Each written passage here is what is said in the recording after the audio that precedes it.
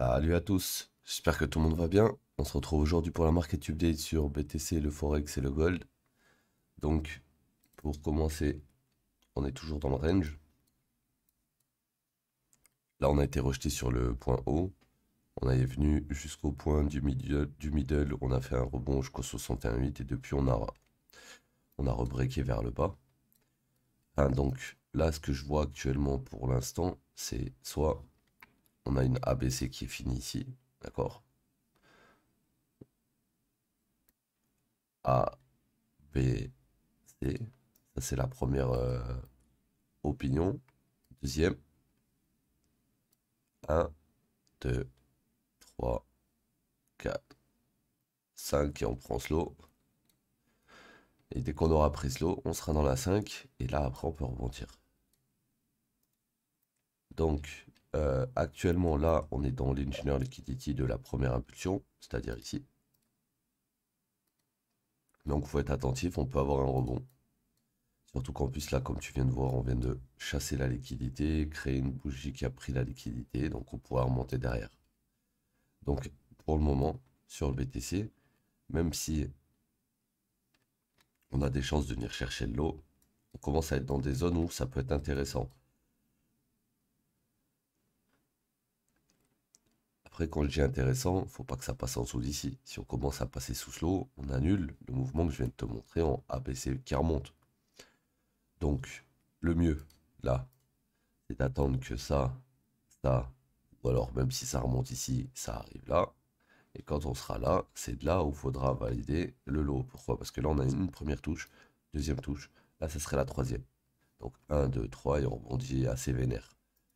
Donc, pour le moment, c'est ce que je vois sur le BTC. Attendre que on prenne soit les lots, soit la liquidité. Dans tous les cas, si ça devait venir en dessous de ce lot, on pourrait descendre jusqu'ici. Donc 26,050 à peu près. 0,30, ouais, par là. Donc à voir pour BTC. En tout cas, on est toujours dans la pattern. Je vous avais dit la semaine dernière, quand on était ici, qu'on avait des chances de rebondir aux 50%.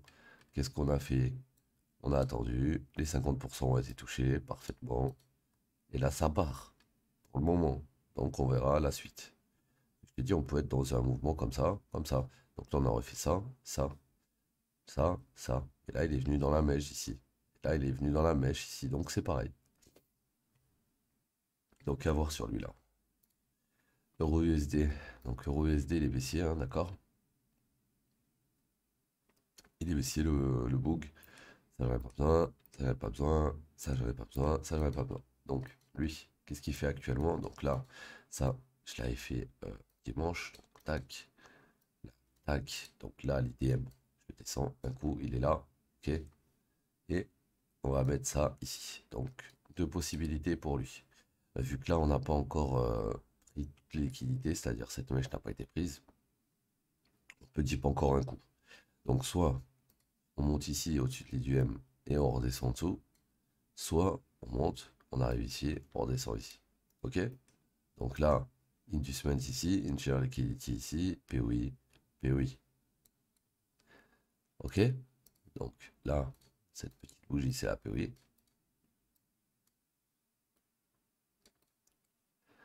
Et donc, si le marché vient prendre l'IDM et tape la décisionnelle, on va avoir un play pour descendre et aller chercher les plus bas, quoi.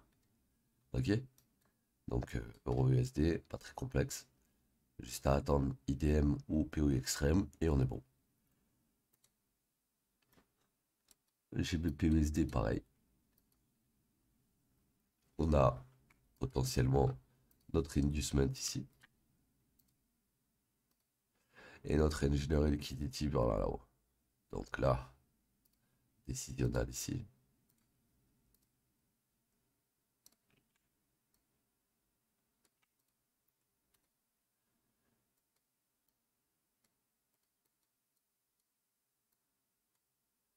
Là, voilà. Dégueulasse un peu. Donc, premier moment, on est épaissier, hein, la traîne épaissière. Donc, ce qu'on pourrait éventuellement faire, attendre qu'on prenne l'inducement, voir s'il y a un break, hop, on scelle jusqu'au bottom. Pareil pour le deuxième POI. Si jamais on vient dedans et qu'on crée une SFP, qu'on crée un break de structure, on va le chercher à short jusqu'au dernier plus bas. Ok? Donc là, on a fait BTC, Euro et GBP. On va aller voir le gold. Donc le gold, pareil, ici on était dans une POI, donc là on arrive dans la dernière. Là, dernier mouvement qui descend, hop, hop, on va l'affiner, hop, voilà, là on est bon. Là, c'est le tout dernier mouvement à prendre si jamais on veut continuer plus haut, on ne doit pas perdre ce lot. Donc si on vient là-dedans et qu'après on rebondit, voilà ce que j'avais mis ici, c'était pour éventuellement si jamais on repassait pas au-dessus. Mais le problème, si on serait repassé au-dessus, pardon, avant d'être dans la POI extrême. Le problème, c'est qu'on n'a pas été dans la POI extrême, enfin, on n'a pas été dans les décisionnales ou extrêmes avant d'aller là-dedans. Donc si on descend direct là-dedans, il y aura peut-être un short ici, ce sera un petit scalp, ce sera pas pour aller chercher l'eau, ce sera pour redescendre 61,8, là pareil, redescendre 61,8. Parce que si ça tient, ça veut dire que ça c'est une impulsif. Ok. Donc si c'est une impulsif, logiquement, là, si on remonte tout de suite, on prend l'IDM, on peut sell jusqu'au General Liquidity tout en bas.